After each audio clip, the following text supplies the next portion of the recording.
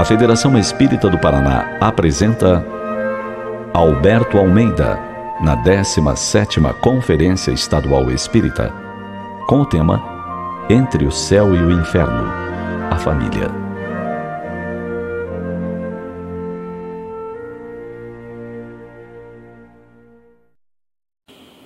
A nossa alegria nessa manhã convidativa a reflexões profundas em torno da família.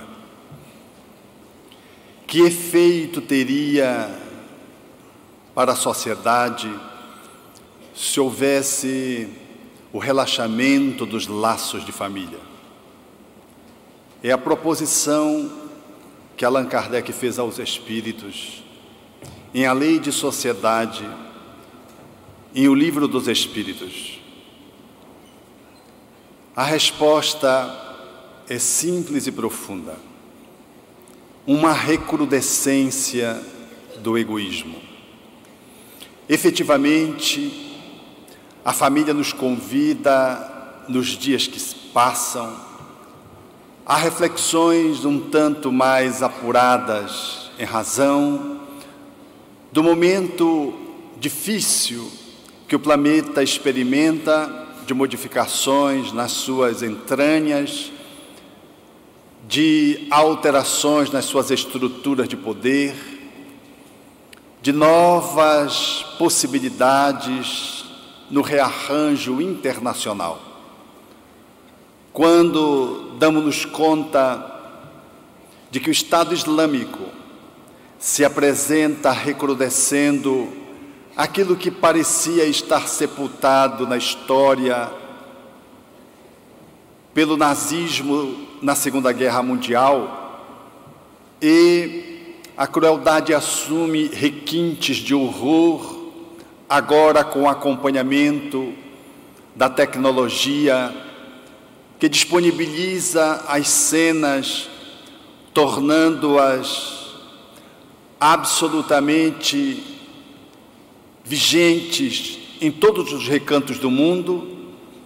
Nós ficamos, numa certa medida, entre a perplexidade e a indignação, por observarmos como pode a gestão de um grupo que se coloca como um Estado fazer operações de tal monta, assentado numa violência que ultrapassa todos os limites que a humanidade pode conceber.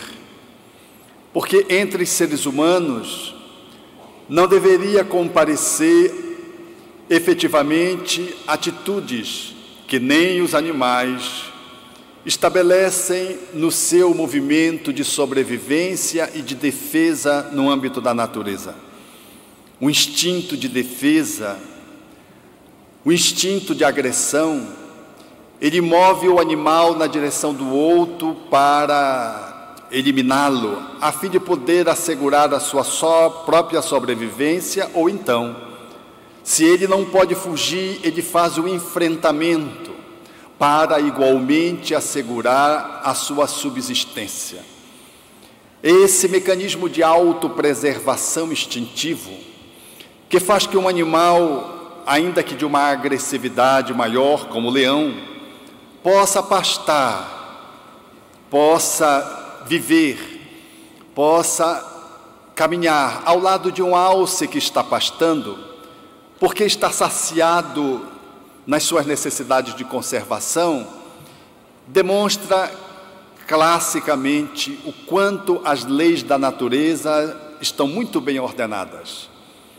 Então, a crueldade, ela não comparece nos outros reinos da natureza, salvo o reino hominal, quando dotados desse instinto de agressividade, nós não conseguimos reger a nossa energia agressiva e ela deságua negativamente, às vezes assumindo os requintes do horror.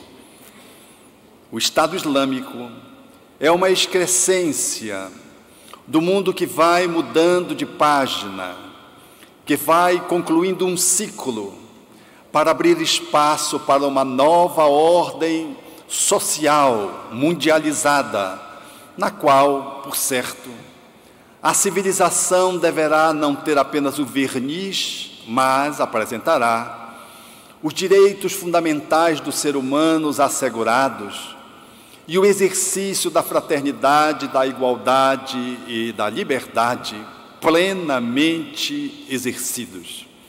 Mas, em olhando essa movimentação bélica, que nos remete a esse estado de perplexidade, ficamos estupefatos diante das cenas que circulam nas redes sociais, na mídia de um modo geral, e não nos damos conta de que aquele evento, ainda que distante e de horror, ele fala-nos a nossa intimidade, ele toca o país do nosso interior, porque efetivamente ainda não somos o homem novo que superou o homem velho. Somos espíritos fazendo essa romagem gradual, saindo de um estado de consciência menos avantajado para um outro mais superior e superando limitações e imperfeições que ainda pontificam no seio da nossa estrutura de personalidade. E se às vezes nós não conseguimos avaliar efetivamente a extensão do nosso território interno, é por isso que nós conseguimos agora perceber, diante de um noticiário tão dramático, e pelo que ele nos indigna tanto, é que ele toca em pontos cegos da nossa interioridade, do nosso inconsciente. É que trazemos dentro de nós mesmos, para além da personalidade que estamos, subpersonalidades. E essas subpersonalidades trazem a historiografia espiritual de nós mesmos, quando militamos aqui e acolá em atitudes de beligerância absolutamente inapropriadas, inconcebíveis, porque avançamos diante dos direitos dos outros em diversas encarnações que já se foram. E muito desses conteúdos que traduziram o morticínio do qual nós fomos o agente, eles ainda estão dentro de nós mesmos, não devidamente solucionados, diluídos, elaborados, mas trazemos ainda como se fossem quistos, abscessos na alma. E essas circunstâncias, elas nos tocam e fazem menção de que interiormente ainda não temos toda essa serenidade que julgamos ter, posto que conscientemente nós nos sentimos um ser dentro da civilização com um comportamento plácido, calmo. A nossa agressividade como que jamais poderia assumir o montante daquela que entrevemos pela televisão. Mas, se pudéssemos fazer um mergulho mais audaz, quiçá encontraríamos dentro de nós mesmos conteúdos psicológicos no nosso inconsciente profundo de encarnações que já se foram, falando de que efetivamente nós trazemos dentro de nós mesmos ainda um alto conteúdo de inferno que precisa ser diluído, de que este inferno que vemos fora fala do inferno que trazemos dentro, e de que tão proporcionalmente, às vezes, a nossa indignação está posta, quanto o é os conteúdos interiores que precisamos transmutar, se fôssemos de alguma forma expostos a uma vulnerabilidade maior, talvez nós nos surpreendêssemos com a nossa reação. Essa circunstância que vivemos na atualidade, portanto, ela nos convida a avaliar de que o inferno não está apenas no Estado Islâmico, em outras circunstâncias que se apresentam no mundo, como a faixa de Gaza, como no Sri Lanka, como na África, de que também, e por isso mesmo, pertencendo à terra, ela traz eco, ela traz ressonância que nos afeta a intimidade mais profunda, documentando efetivamente que precisamos igualmente fazer a transição do planeta dentro de nós mesmos. Aquilo que está fora, relativamente, está dentro. E aqueles jovens que são arrebanhados da Europa também, que vivem num continente que detém recursos e possibilidades de conforto, de locomoção, de comodidade e de poder, se arrojam em escolhas, em fugas, saindo das suas famílias na busca de se guindar ao Estado Islâmico, para serem mais um guerreiro, para serem mais um agente de morte, dentro dessa movimentação enlouquecida que nós entrevemos nesses dias. Os sociólogos, fazendo uma avaliação, dizem que grande parte desses jovens que são arrebanhados, coaptados das suas famílias, eles o são, porque eles não conseguem estar muito bem inseridos dentro do seu contexto de lar. Eles não se sentem pertencentes nem ao lar, família de origem, nem ao país no qual eles experimentam o processo de integração social. Há como que algo diferenciando ele dos outros. Ele se sente como que à parte. Não há um sentimento de pertencimento real à nacionalidade onde está inserido, mesmo ele tendo nascido naquele país, e também não há, dentro da família, esse conteúdo que possa lhe fazer sentir como pertencente a uma tribo, a sua tribo de origem, acenado pelo Estado Islâmico, que de forma fundamentalista fala de uma união, fala de uma agregação, de uma justiça, propõe o nome do divino, esses elementos que fazem parte dos arquétipos que todos trazemos na alma, somos então, de alguma forma, coaptados, somos içados e fazemos uma movimentação inconsequente e inconsciente, porque essas escolhas são mais inconscientes do que propriamente conscientes. O jovem não saberia ajuizar com muita propriedade pelo que ele sai daquele lugar para se vincular àquele grupo de pessoas que enlouquecidamente propõem uma revolução de sangue. Esse processo, no entanto, que também alcança famílias brasileiras, notadamente na Europa, eles comunicam esse movimento que se estabelece dentro do circuito familiar. A família, em sendo a célula que compõe a estrutura social nos seus diversos níveis, ela naturalmente deverá ser vista, deverá ter como foco para que se possa avaliar sociologicamente aquilo que acontece no concerto das nações.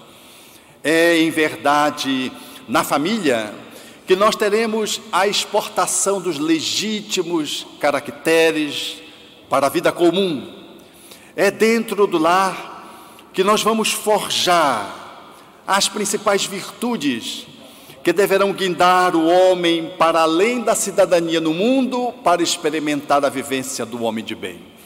No entanto, como os espíritos perguntaram a Allan Kardec, se a família, no campo dos seus laços, não consegue observar muito bem a relação de link, de união, de amorosidade, é natural que o egoísmo, em se sobrepondo, faça o processo da sua consequência inevitável, através de atitudes que não estão só lá no Estado Islâmico, na Síria, no Iraque, na África, na Ásia, estão igualmente aonde nós estamos.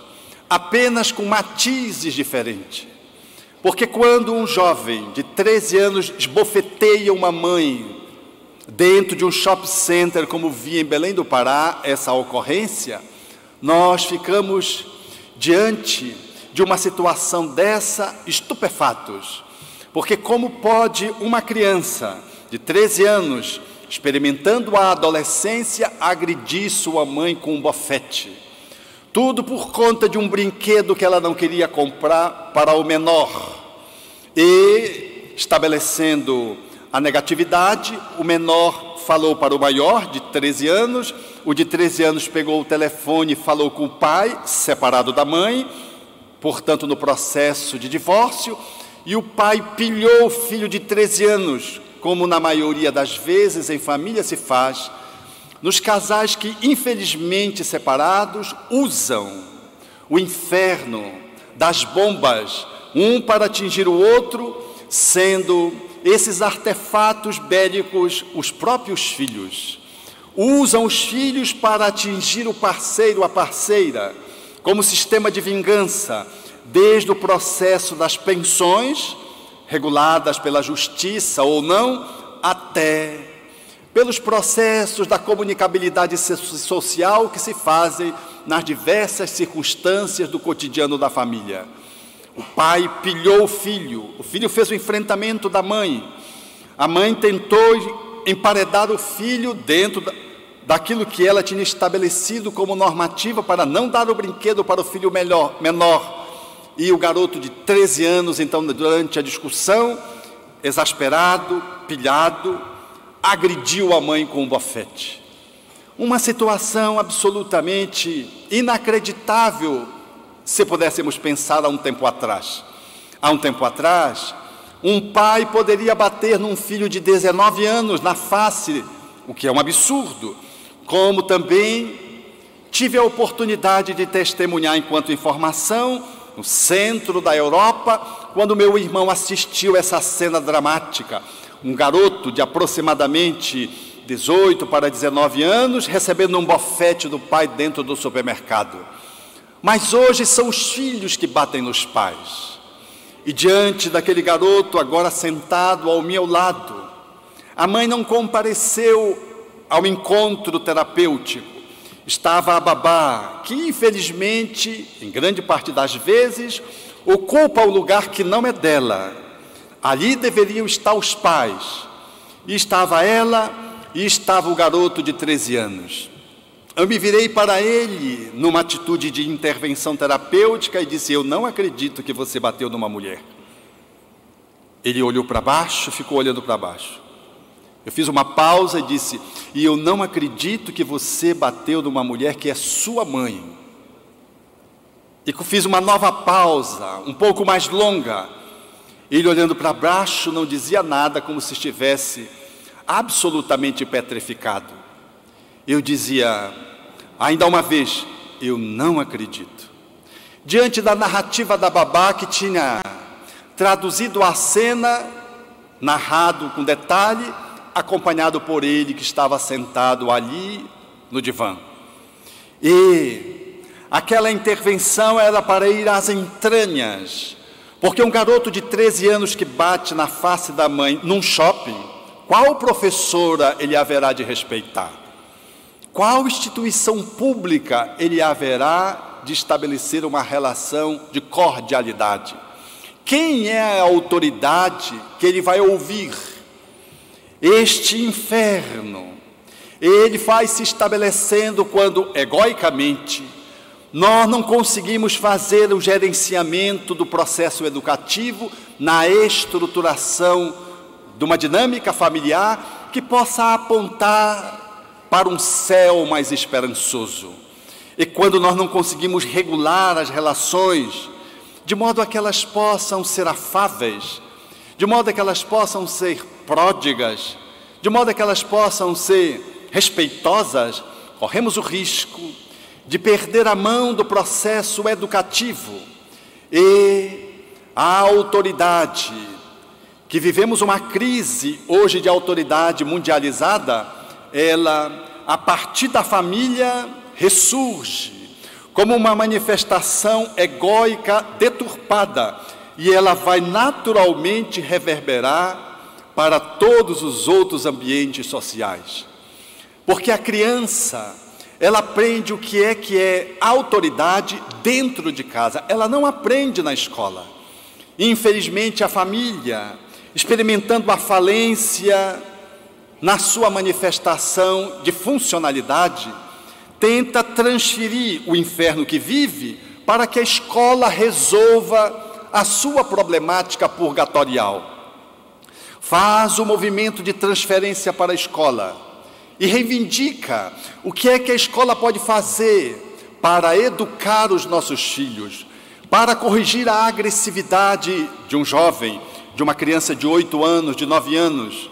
E a escola, naturalmente, dentro da sua posição no concerto social, faz, diante da falência em lidando com seus educandos, faz a transferência, por sua vez, para as ONGs, a fim de que as ONGs, os profissionais, os especialistas, possam atender essa demanda, que é transferida do lar para a escola para as ONGs. Os filhos estão sendo rifados nesses dias. Nós experimentamos a recrudescência do egoísmo em muitas instâncias da nossa sociedade, nas diversas camadas sociais, e vivemos, de uma certa medida, uma crise dentro da família que se coloca como um inferno desafiador, exigindo que pais, especialmente pais, possam assumir as suas funções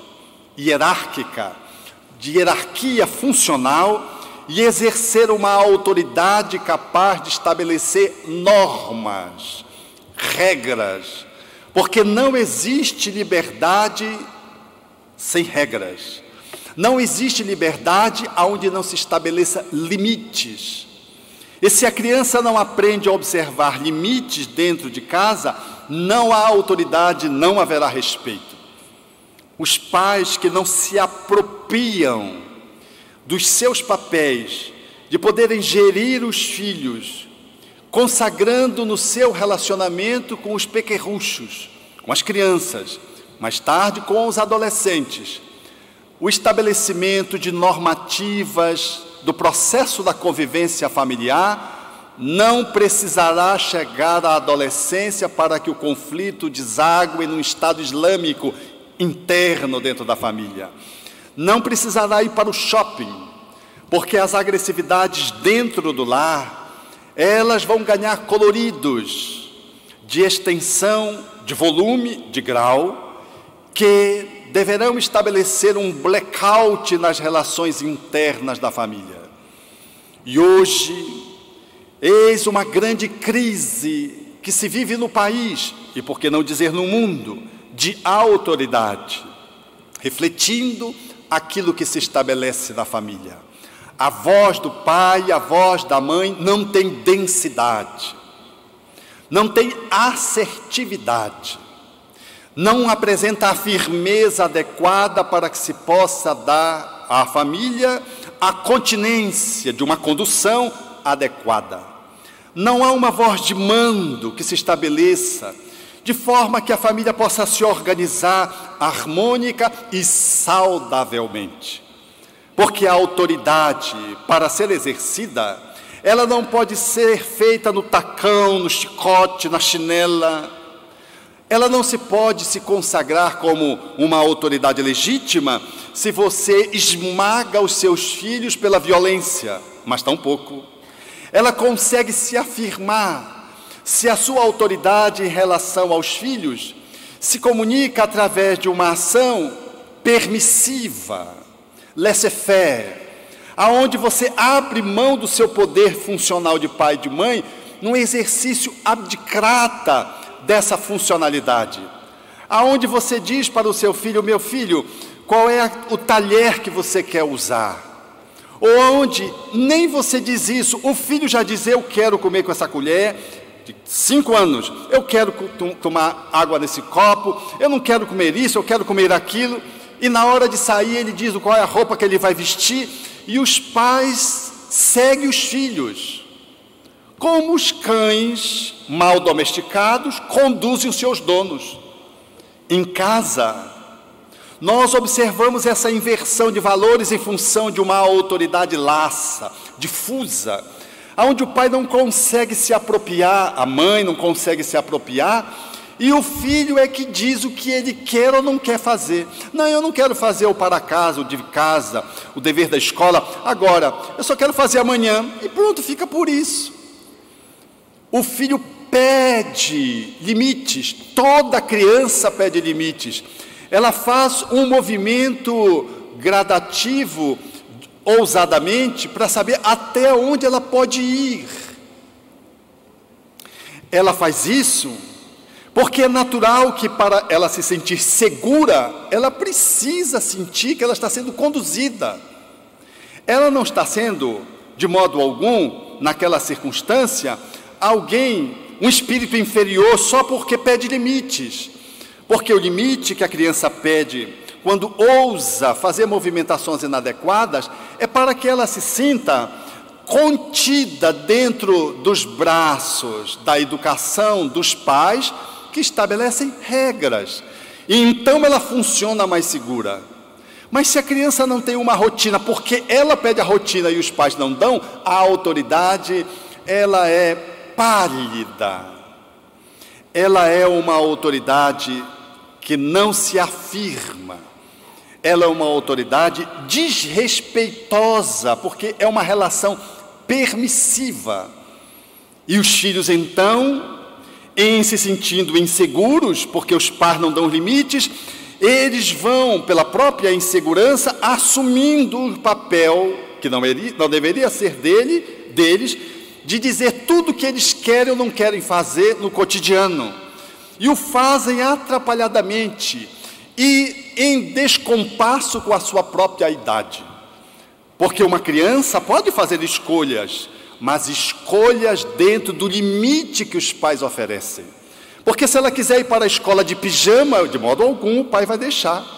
E se ela quiser ir para a praia, os pais não vão oferecer para a escolha delas as roupas de ir para uma festinha. E o inverso também é verdadeiro. Então a criança pode escolher? Pode, mas dentro do cartel de possibilidades que os pais oferecem para ela. Então ela escolhe, vai desenvolvendo o seu livre-arbítrio, essa capacidade de opção, mas elas se sentem seguras, porque os pais dizem sim, sim, não, não. São eles que apresentam o cardápio, não é a criança que formula o cardápio do alimento, da vestimenta, das brincadeiras. Mas hoje, os pais como que se perderam. Saímos de uma posição autocrática, autoritária, de uma autoridade deformada, onde os pais batiam na face dos filhos em pleno supermercado, peiavam seus filhos a pretexto de coisas menores, aonde castigavam os filhos em função de algumas pequenas tolices, para tentarmos corrigir essa excrescência de uma autoridade autoritária para uma autoridade que abre mão do poder, da função parental paterna e materna, aonde a gente deixa esse poder agora para que o filho possa exercê-la. E antes, ao invés da agora, como antes os pais batiam nos filhos, agora são os filhos que batem nos pais. Antes os pais eram os autoritários com os filhos demasiadamente. E os filhos hoje é que são autoritários com seus pais. Eles dizem, quando ganham a adolescência, o que querem e o que não querem fazer. E os pais não conseguem ter voz, porque a adolescência é resultado da infância. E se nós não conseguimos gerenciar a infância, nós não conseguiremos ter um adolescente sob o nosso controle, que é uma fase absolutamente sensível, de mudanças, de transição. É uma fase por si mesma instável para a personalidade do adolescente. E para os pais, especialmente para os pais, que não têm a habilidade ou que não construíram essa aptidão para gerirem filhos adolescentes. Porque ser pai e mãe de filho de 1 ano é uma coisa, ser pai e mãe de filho de 6 anos é outra, ser pai de filho de 10 anos é outra, ser pai de 19 é outra, ser pai de 29, 39 é outra. As faixas etárias trazem movimentações psicossociais, emocionais e espirituais dos filhos que requerem um manejo diferente. A regra que se aplica a uma idade não se aplica a outra. Então há pais que são excelentes enquanto pais de crianças pequenas, mas alcançou a adolescência e eles ficam perdidos. Há pais que têm dificuldade de fazer o gerenciamento da criança pequena, mas na adolescência eles têm um jogo de cintura, capaz de acompanhar os adolescentes nas suas instabilidades e fazer uma boa condução. Isso também é verdade.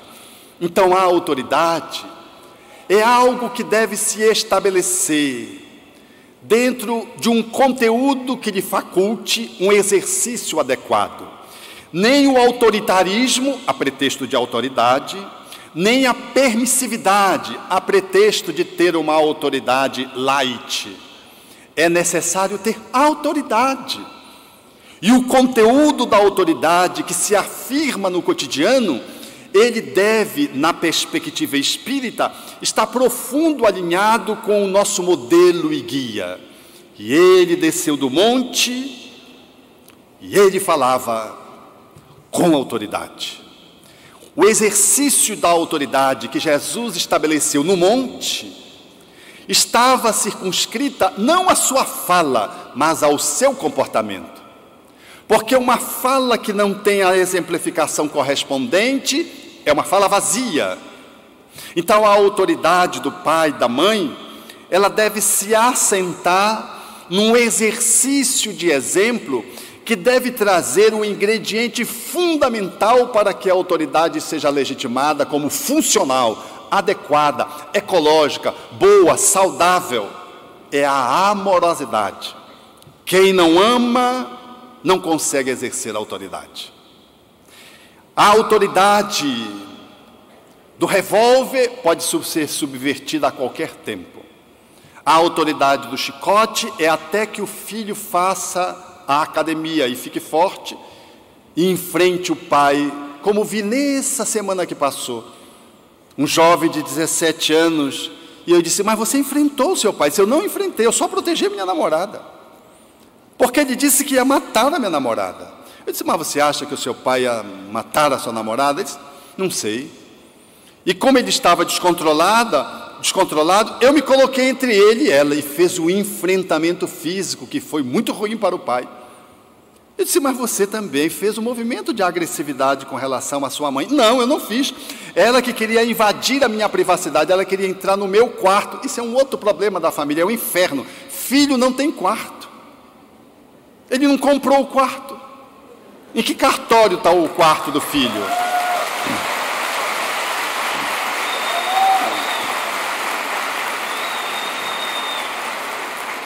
A casa é dos pais, e às vezes é alugada, né? Nem deles. Os quartos são os espaços em que os filhos dormem, fazem a sua movimentação, mas filho não tem quarto. Então ele disse, ela tentou entrar no meu quarto, e eu estava com a minha namorada, porque ela queria agredir a minha namorada, e eu me botei no meio, para não deixar ela entrar. Ela estava invadindo. E eu disse, você tem quarto na sua casa? Tenho. É a construção do inferno que nós vamos fazendo paulatinamente. A autoridade exercida na amorosidade, ela se afirma no cotidiano. O pai não precisa berrar, parece um louco para que o filho o obedeça. Ele faz uma inflexão na voz e diz, por favor, meu filho, não faça. Meu filho, por favor. É curioso que às vezes ele baixa o tom, mas a autoridade daquele pai, centrado numa amorosidade, no exercício de exemplo, faz com que aquele filho se vergue, ainda que não concordando, ainda que seja um fisiculturista e o pai seja um graveto. O pai comanda o filho com maestria. Às vezes o pai precisa aumentar um pouco a voz, para que o filho perceba, num tom diferenciado de que o pai não quer aquele movimento. Não faça isso com a sua irmã. E o filho não vê o pai aumentar um pequeno tom de voz acima do seu habitual. Não é aquele pai que berra. Outro dia uma mãe me trouxe no celular e disse: para o senhor ver que eu não estou mentindo, porque hoje tudo se filma, né? Ela mostrou o pai usando a toalha porque tinha saído do banho, o filho que tinha entrado no banheiro para talvez tomar o seu banho, e o pai vociferava para os filhos, agarrava a toalha e xingava o filho, que só de ver aquela cena quase que eu me traumatizo.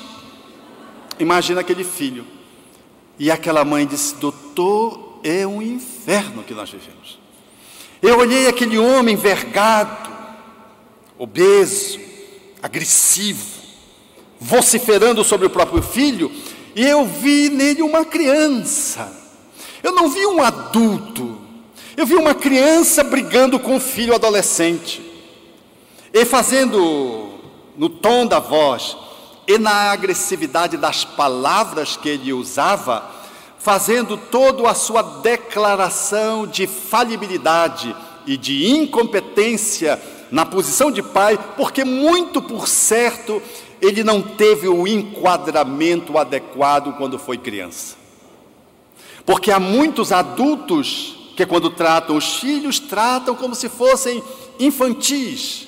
Uma autoridade infantilizada não significa absolutamente nada do ponto de vista do exercício saudável do processo educativo. Eu não estou dizendo que os pais não devam brincar com seus filhos. Aliás, os pais que não brincam com seus filhos, eles brigam com seus filhos. Porque se não há brincadeira, não há exercício de convivência.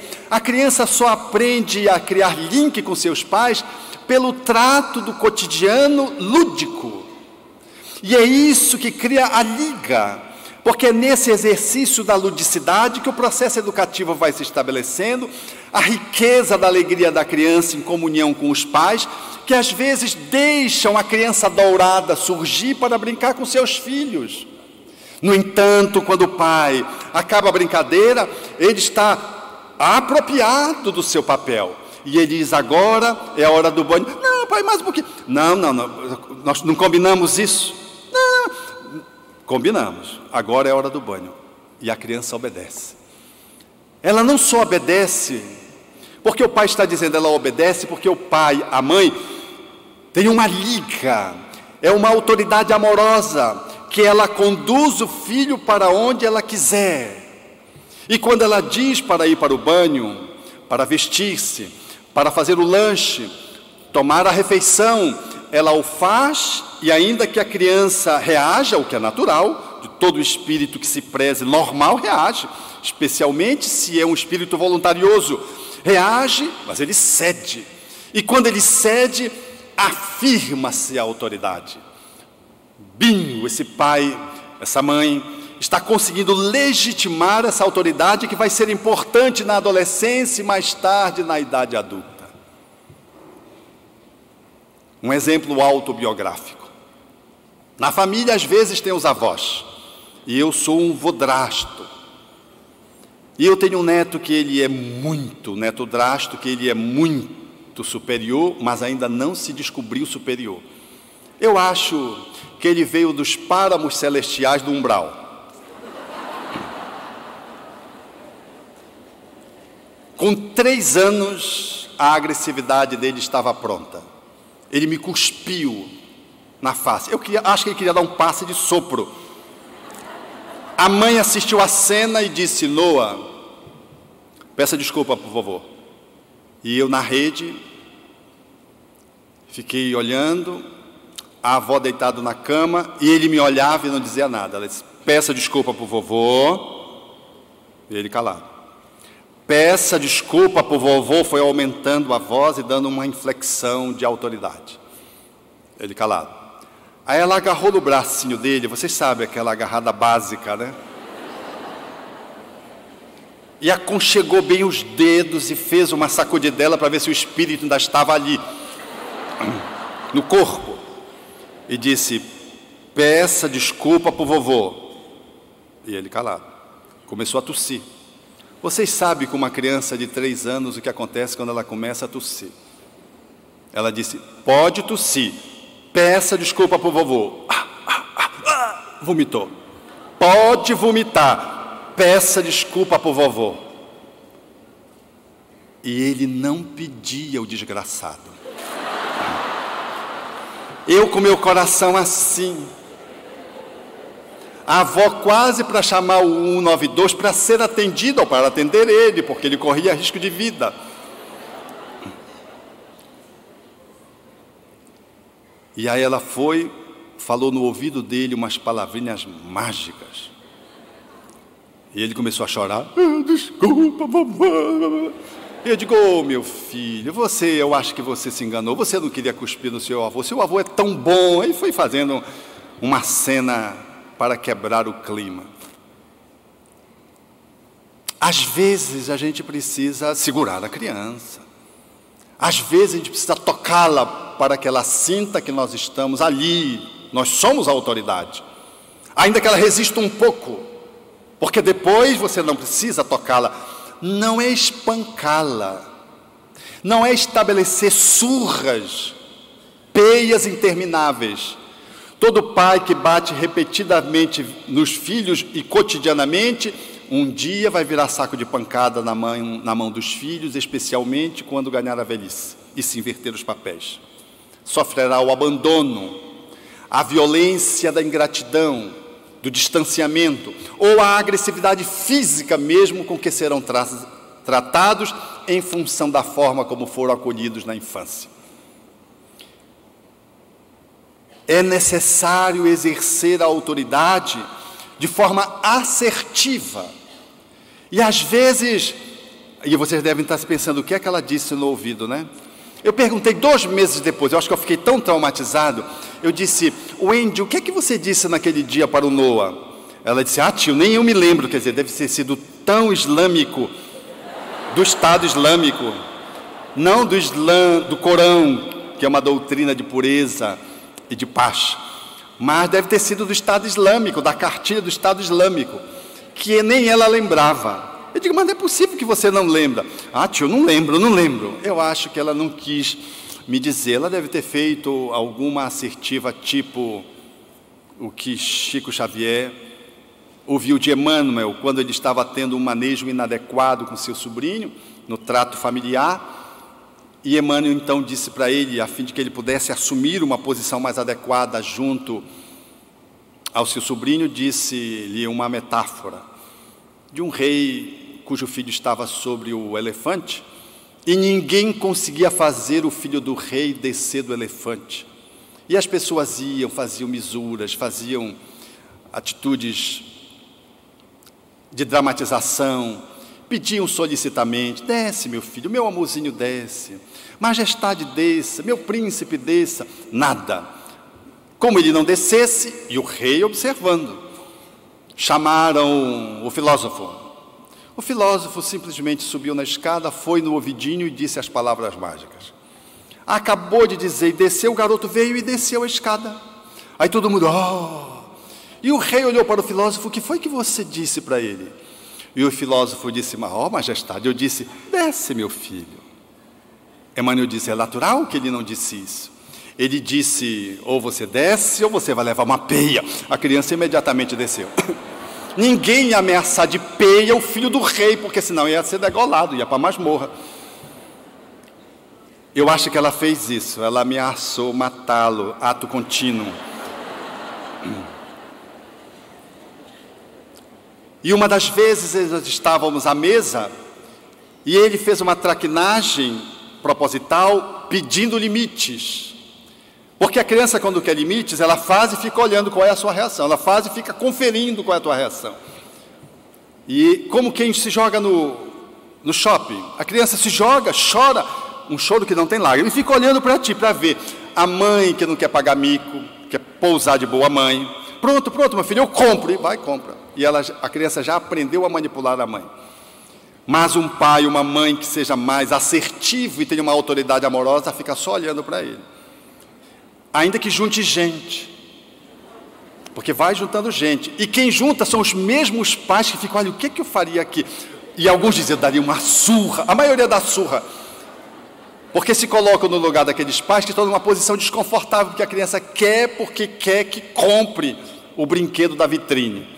E os pais, coitados, não têm dinheiro nem para voltar de táxi, como é que vão comprar o brinquedo da vitrine? Mas se tem, não é hora de dar brinquedo, porque hoje nós vivemos esse consumismo absolutamente desbragado, e aonde a manipulação do mercado se infiltrou e faz o inferno familiar através dessa doença que é a consumolatria. Mas um pai, uma mãe, adequadamente, observando o filho, ele segura a onda, dá aquele sorrisinho, e pode ainda dizer, vamos conversar quando chegar em casa. O Noah já sabe comigo, eu digo, vai ter sanção. Eu não uso a palavra castigo, porque a palavra castigo, ela está recheada de uma história de punição. E o Espiritismo é uma doutrina que educa, que não pune. O Espiritismo é uma doutrina que estabelece processos reparativos, mediante ações responsáveis. Não é uma doutrina que faz o movimento de estabelecer em relação aos seus filhos, aos seus educandos, aos seres humanos, aos espíritos. Não é um movimento de vingança através de uma punição. Então, é necessário limites.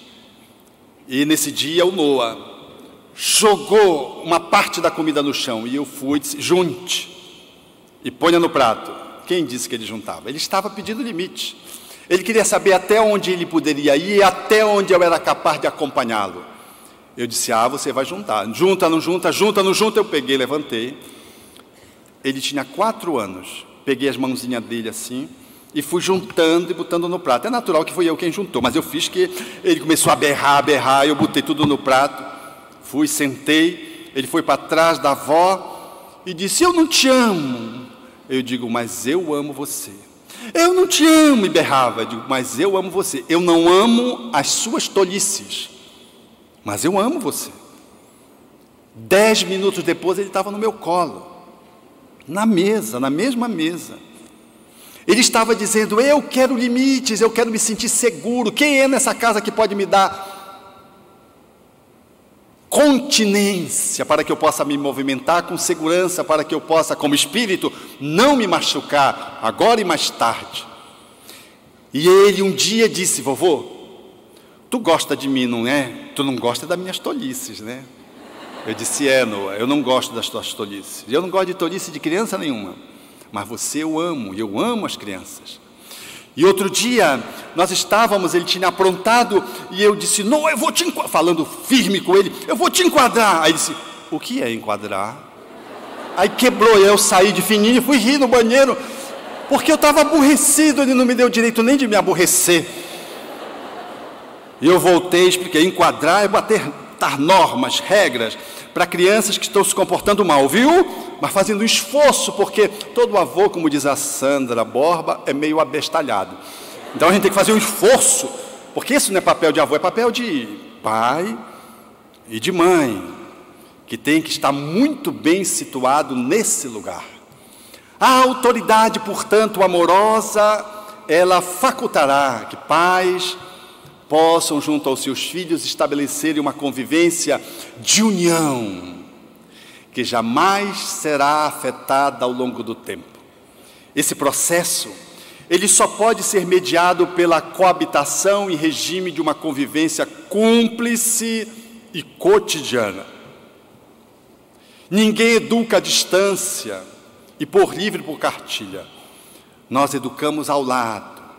Nós educamos quando estamos no carro, quando estamos brincando, quando estamos no parque, quando estamos indo para a escola, quando estamos almoçando, quando estamos no evangelho. Estamos educando todos os momentos.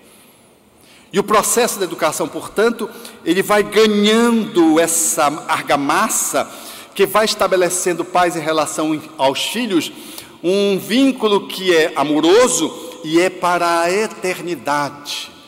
Porque por mais que os filhos cresçam, os pais mantêm a autoridade sobre os filhos. Porque pela convivência, a amorosidade, ela se revela Primeiro, por um ato simples, que é olhar para o filho, que é o filho olhar para o pai. O ato de olhar, segundo o extraordinário Erich Fromm, no estudo da amorosidade, representa esse passo inicial do amor que comparece na forma do cuidado. Quando você olha para alguém, no sentido do olhar amoroso, você está dizendo: eu estou com você. Você significa para mim, você é o meu filho, você é o meu pai, você é a minha parceira, você é o meu parceiro. Às vezes a pessoa está doente, às vezes ela não precisa de nada a não ser do seu olhar. O ato de cuidar alguém numa dada circunstância é só estar ao lado, mas é estar com o outro. Não é o corpo que está aqui e a alma está no negócio, está no trabalho, a alma está no Facebook, a alma está no iPhone, e você não está com o filho, e o filho, vô, pai, mãe, fica puxando você, porque você não, ele percebe que você não está. Quando você estiver com o seu filho, esteja com ele. O seu olhar caracteriza que você está inteiramente com ele, ainda que você esteja calado. O ato de cuidar alguém, ele começa pelo ato de olhar, que é uma das manifestações mais simples e mais profundas da amorosidade. Você sabe quando um amigo está cuidando de você, quando ele comparece fazendo uma visita para você, e ele está ali silencioso, mas você percebe que ele está inteiro com você. E às vezes você está esbravejando, querendo tocar fogo no mundo, e ele percebe que você o escuta, porque ele dá-se conta de que você abre os braços da afetividade para que ele possa fazer o seu desabafo. E ele silencia, está ali, às vezes com um gesto de cabeça, mesmo você dizendo para ele que vai matar. E ele faz. Ele entende o seu olhar, ele entende que você está meneando a cabeça assim, não é porque você está concordando com ele, é porque você diz: eu estou com você, eu estou aqui com você. Eu sou seu amigo, eu sou seu pai, eu sou seu filho, eu sou o seu amor, eu caminho com você, e eu estou fazendo assim. Quando você esbraveja numa dor de cólica renal, por exemplo, e grita: que diacho de doutrina é essa que não me ajuda a sair da cólica renal? Você faz uma fala absolutamente extemporânea, e o companheiro espírita, ou a parceira espírita, está lá fazendo assim. Ele não está concordando com você, e ele sabe que você não está concordando com você. Depois ele toca a você: obrigado, amor, obrigado. Porque a cumplicidade do olhar está inteiro, é uma atitude de céu ao lado de alguém. Ir para o parque, mas ir para o parque. Se forem outras crianças, você pode ficar à distância, deixando que as crianças brinquem, mas você está com ela, com seu filho, ou com as crianças que você levou. Você não está lendo o jornal, ainda que seja o mundo espírita. Ali é a hora do seu filho, você está fazendo um workshop de verdade, uma oficina de amorosidade, de ser pai e ser mãe. E às vezes você está implicado na brincadeira. Vai você e o seu filho, é você quem vai soltar a sua criança feliz para que ela possa no parque, junto com seu filho, fazer uma noite, uma manhã ensolarada, ou uma noite de gratuidade, de gratificação por tudo que você vai experimentar junto com ela. A convivência, ela media essa amorosidade que começa no olhar e vai se expressando em outros passos que representam cuidado e que se perenizam na sua relação. Porque pai e mãe conhecem as passadas do filho. Pai e mãe sabem qual filho espirrou, essa tosse é de quem. E filho que conhece o pai já sabe o que é que o pai vai dizer. Às vezes eu faço um diálogo com a minha mãe assim, eu digo uma coisa, eu digo: não diga nada, eu vou dizer. Aí eu falo por mim, falo por ela, falo por mim, falo por ela, faço um jogo, porque eu já sei o que ela vai dizer. Nós nos conhecemos porque construímos uma relação gradualmente deificante, de céu, de harmonia, uma relação parental de amorosidade. Eu vivi essa experiência agora há bem pouco tempo. Um irmão meu sofreu um assalto, que Belém é uma cidade famosa, e tem assaltos nas ruas. Ele foi tirar o dinheiro de um banco, levar para pagamento, fazer pagamento no outro, e alguém na moto, naquilo que eles chamam daqueles assaltos chamados saidinhas, duas pessoas numa moto, seguiram-no, e quando ele chegou no outro banco, antes de descer do estacionamento, a pessoa atirou, antes que ele abrisse a porta do carro. Naturalmente, com medo de uma reação, achando por certo que o condutor deveria estar armado, porque batia com revólver no vidro, e o vidro estava com película, e a pessoa de fora não dava para ver como é que o outro dentro estava se movimentando.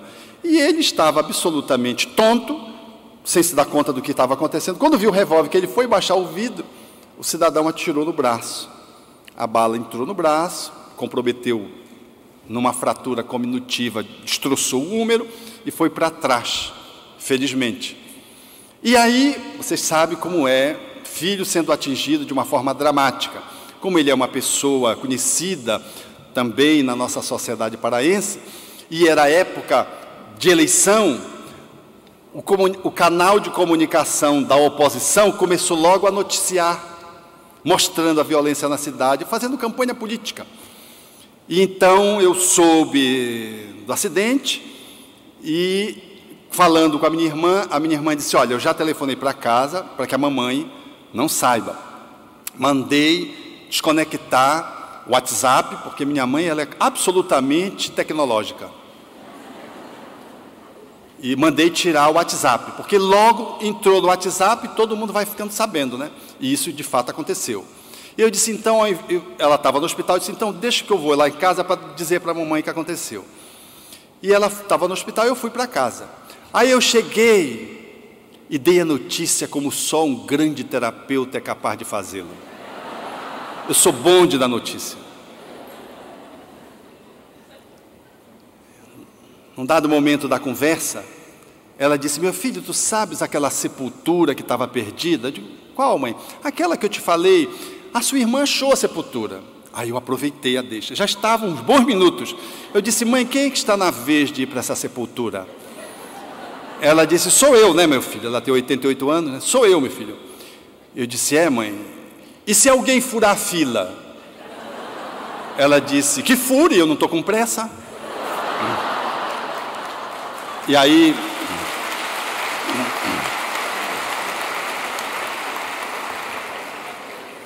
Porque notícia para a pessoa idosa, você não pode dizer, olha, houve um assalto, houve um tiro, porque antes que você acabe dizendo a notícia, a pessoa já morreu. Então você tem que dar a notícia ao contrário. Eu fiz isso. E eu disse assim, pois bem, o Cerejo, que é o nome do meu irmão, acabou de pular uma grande fogueira. Está bem, consolidei logo de que estava bem, não só vivo, mas estava bem. Ele conseguiu ficar bem depois de um assalto. Ela disse, foi? Eu digo, foi. Ela disse, nessa televisão está dando que o médico foi assaltado. Era o outro canal do governo. Mas não dizia quem era. No outro mostrava a foto dele. Eu disse, pois é, mãe, foi, sofreu um tiro e tudo, mas está bem, tudo. Descrevi mais ou menos o que aconteceu. E fiquei mais um tempo lá. E aí eu disse, eu já vou, mãe. E mãe, você não está acreditando nela? Ela disse... Vocês não me dizem as verdades por inteiro, vocês me dão agora as verdades em etapas. Eu peguei o celular, liguei, botei o outro irmão, que estava no centro cirúrgico com ele, pedi para ele falar, olha, manda a mamãe falar com você. Ele disse, não, ela não está acreditando. Ela falou, não, mãe, estou bem, está legal, porque ele fez só um bloqueio, fez a cirurgia, mas não fez anestesia geral. E ainda estava no bloco cirúrgico, concluindo o trato cirúrgico. E ela disse, pois é, vocês não me dizem mais a verdade? Eu digo, né? Achando que eu não estava dizendo, que tinha morrido, que eu estava tapeando você, né? Sorri e saí como alguém que tinha cumprido o seu dever magistralmente. No outro dia, o meu irmão vem e diz assim, puxa, mas como tu dá notícia para a mamãe, né? Eu digo, como assim? Eu achei que ele ia me elogiar. Ele disse, puxa, a mamãe disse que, puxa, tu deste a maior mancada. Eu digo, como eu dei a maior mancada? Não, tu chegaste lá, ela te ofereceu o cafezinho, tu não aceitaste, que sempre tu aceitas o cafezinho. de que tu ficavas da cama para a cadeira, da cama para a cadeira, e eu nem me dei conta que eu estava tão nervoso. Cama para a cadeira, cama para a cadeira, cama para a cadeira, esperando o melhor momento para dizer. E ela disse que tu não o abeijaste do jeito que tu a beijas. Quando eu chego, eu a beijo na testa e dou a minha testa para ela beijar. É o ritual meu com ela. E ela disse, tu não destes a tua testa para ela beijar. Veja um faro de alguém que pela convivência faz um processo de raio-x, é capaz de fazer um mapeamento de tal modo do outro e é capaz de ler detalhes que às vezes para o outro passa desapercebido. Eu tinha feito tudo isso e nem tinha me dado conta, achando que estava abafando. O céu dentro de casa, ele vai se afirmando quando o diálogo é a expressão fundamental que consolida o exercício da convivência e a prática das atitudes, das ações. O diálogo é o grande instrumento da família que documenta que ela está no céu. Porque se a família está de mal, seus membros entre si, estamos no inferno. Se todos falam e ninguém se ouve, a família está no inferno. Se só uma pessoa fala, ou duas, os pais, e dão sermão, a família está no inferno, porque a educação já foi pelo ralo. Uma família que está bem, ela é capaz de permitir que haja comunicação dialogal. Eu falo e escuto para falar em cima do que nós estamos construindo de novo, pais e filhos, esposo e esposo. Mas se o canal da fala está comprometido, começa a haver um ruído na relação intrafamiliar. Essa família não consegue se colocar adequadamente e experimenta as fraturas que consolidam dores emocionais e falam de sofrimentos afetivos que passam desapercebidos e que vão se avolumando na direção, às vezes, de alterações mais graves na esfera mental e nos processos obsessivos. Uma família que faz o evangelho no lar semanalmente e que cultua a oração no cotidiano, cujos seus membros fazem uma apropriação da religiosidade e, se forem espíritas, participam do centro espírita, é uma família que faz do lar um oásis. Temos vontade de ir para casa, porque quando nós temos uma religiosidade apenas de rito, quando nós não conseguimos experimentar a espiritualidade através da nossa religião, a família é um espinheiro. A relação com o divino está comprometida e voltar para casa é sempre adiado por um trabalho de acréscimo, por um desvio de rota para o bar, para os amigos. Há muitas pessoas que fogem do lar e vão até para o centro espírita fugindo do lar. E são trabalhadores, aparentemente, muito dedicados, mas o lar está esvaziado da sua presença. E esse espaço, que é o primeiro da evangelização de si próprio e da libertação do mundo, porque Jesus começou, como diz o Espírito Sheila, através de Chico Xavier, antes que ele pudesse lançar a sua mensagem libertadora para o mundo, ele começou numa manjedoura e num lar singelo dentro de Nazaré. Então ela diz que o processo libertário do Espiritismo começa em casa. No entanto, se em casa nós experimentamos as agruras de uma convivência difícil e nos afastamos dele através dos expedientes de acréscimos sociais, sejam profissionais, sejam com os amigos, e às vezes até usando a casa espírita para fugir do lar, ainda que de uma forma socialmente aceita, nós estamos adiando olhar para este inferno purgatorial que nos convida a que possamos comparecer, fazendo o nosso processo libertário pela via da amorosidade, pelo processo da convivência, pelo mecanismo do diálogo como processo de reflexão e, fundamentalmente, com as atitudes que devem arrastar os nossos familiares para uma nova forma de olhar como se comporta em casa. Sejamos, portanto, aqueles que inventariando como funciona o nosso lar e que psicosfera ele gera no seu dia a dia, sejamos aqueles que mergulhemos nesse espaço doméstico para transformar o deserto no oásis, para convertê-lo no estado infernal de relações difíceis, nos processos de aproximação de céu, em função do esforço para ser melhor, desenvolvendo um pouco a tolerância, estabelecendo o perdão, abrindo mão de algumas coisas que você tem razão com o parceiro, com a parceira, abra mão, para que o lar possa se beneficiar, segurando firme, quando um filho quer extrapolar, adolescente, mas abrindo mão de outras pequenas coisas, porque se ele quer colocar um brinco,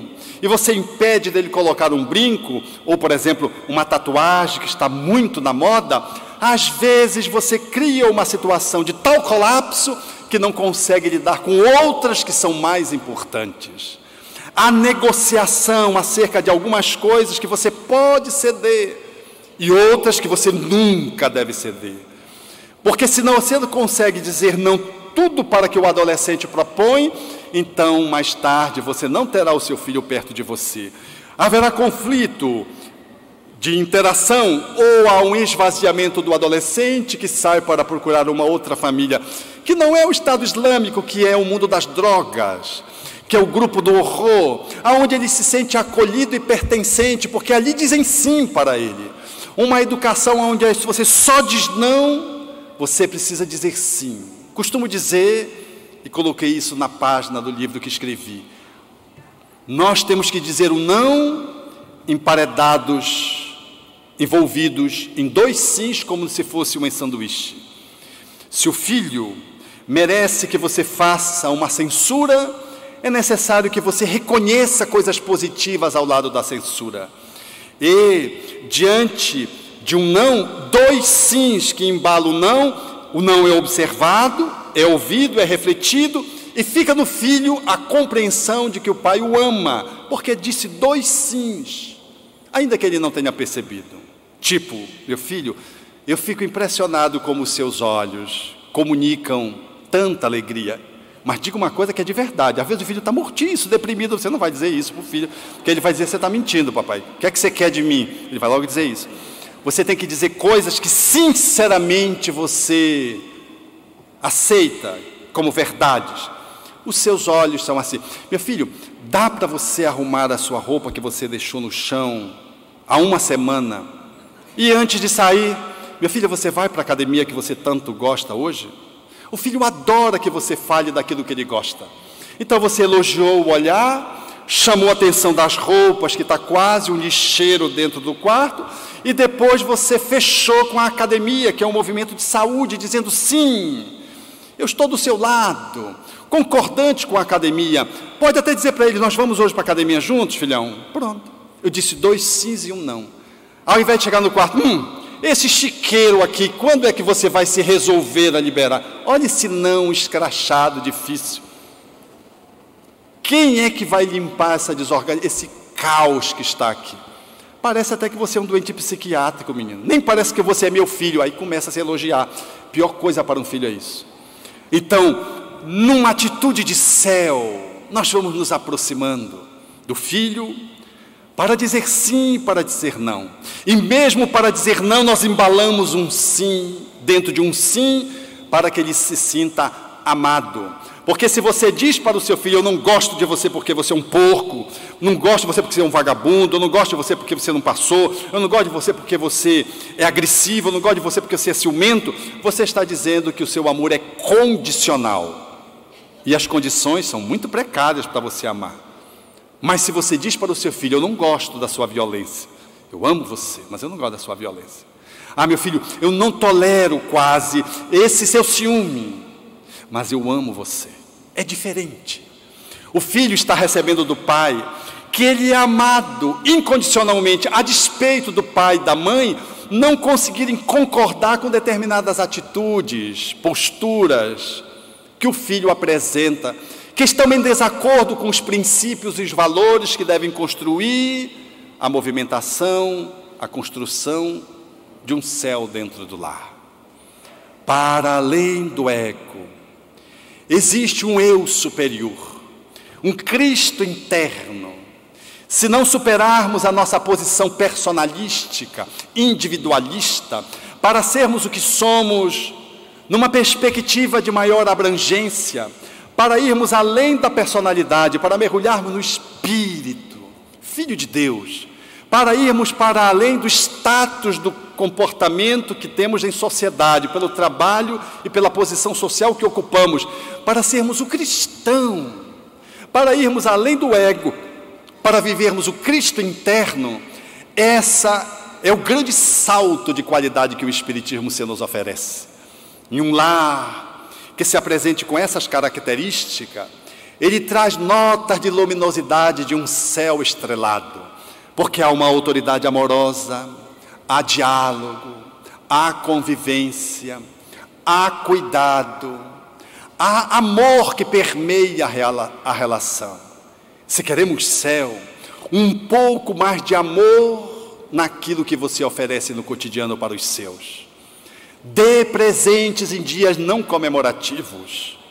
Abrace mais os seus filhos e não espere que eles fiquem à beira da morte para dizer que os ama.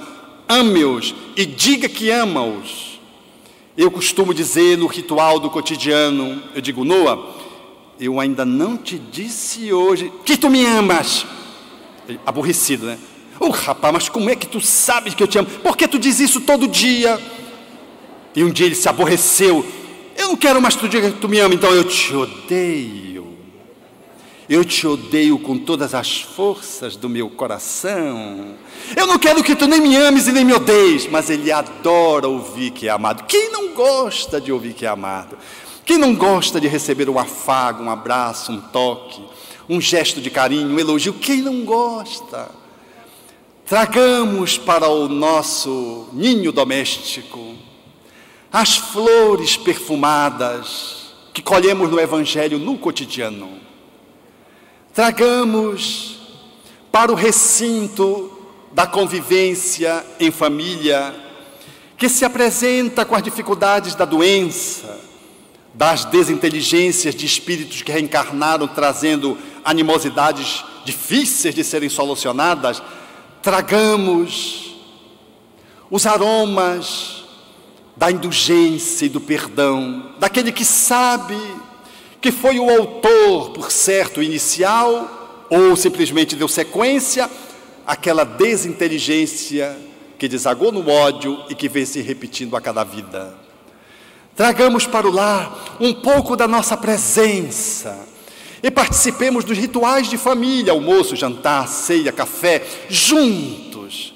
E quando estiver no café, no almoço, no jantar, não faça inquérito para os seus filhos. E aí, fez o dever, lavou a roupa, pintou a unha, cortou a unha? Não faça, tirou o piolho? Não faça isso. Traga leveza. E talvez você possa dizer assim: e aí, o que foi de bom no dia de hoje?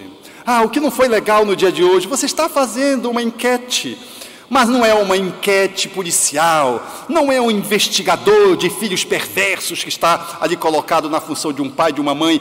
Seja, portanto, aquele que faz da refeição um momento gostoso, onde todos gostam de sair, entre aspas, dos seus quartos para estar à mesa, participando do repasto, que é um evangelho no lar, sem a leitura do evangelho, que se passa todos os dias, algumas vezes ao dia. Não economizemos beijos para os nossos filhos, mesmo para os homens, ainda que eles possam achar que você vai aplicar um mico. Não faça, portanto, na frente dos amigos, no shopping, na escola, mas em casa, beije os seus filhos, mesmo os adolescentes. Se eles não quiserem, não invada, mas faça uma carícia, ou pelo menos diga que você o ama e dá um beijo aéreo, para que eles possam ter a certeza de que são amados. Aproxime-se um pouco mais da sua parceira e do seu parceiro e transforme a plataforma conjugal nesse espaço que deve acolher os pequerruchos, os adolescentes, a fim de dar uma nova ordem para a sociedade que se transforma. Seja a nossa casa o espaço de lar construído que fala de um planeta de regeneração, que tem conflito, que tem problema, que tem doença, que tem divergência, mas que tudo é trabalhado através de um clima de amorosidade respeitosa. E aonde a convivência cúmplice demarca de que não somos apenas pessoas circunstancialmente, biologicamente postas numa família nuclear, somos espíritos que nos reencontramos para reafirmar afetos e para remodelar sentimentos nocivos de inimizade, de lesões recíprocas que cometemos no passado. Se fizermos isso, o nosso lar alteia-se a condição de um céu. E muitos daqueles que experimentamos isso, às vezes nem queremos sair de casa. Não é que a gente é caseiro, é porque é tão bom estar em casa. Não é grudado na televisão, no Facebook, no computador. Às vezes a gente está na sala trocando ideias, conversando, e às vezes usando esses ingredientes tecnológicos, sem prejuízo do link das relações amorosas. Por isso, diz a metáfora do porco-espinho, para encerrar a nossa fala, de que os porcos-espinhos estavam vivendo um clima glacial e se agasalhavam numa caverna. E porque a temperatura baixasse muito, eles se aproximaram, mas ao se aproximar se espetaram, e ao se espetar se afastaram novamente. Mas dando-se conta de que o clima se tornava glacial e que era impossível viver solitariamente, eles se reaproximaram de uma forma diferente, dando um pouquinho para frente, um pouquinho para trás, de tal modo que não se espetassem tão cruelmente, tão rudemente, mas que pudessem estar o mais próximos possíveis para assegurar o calor que deveria garantir a sobrevivência de todos.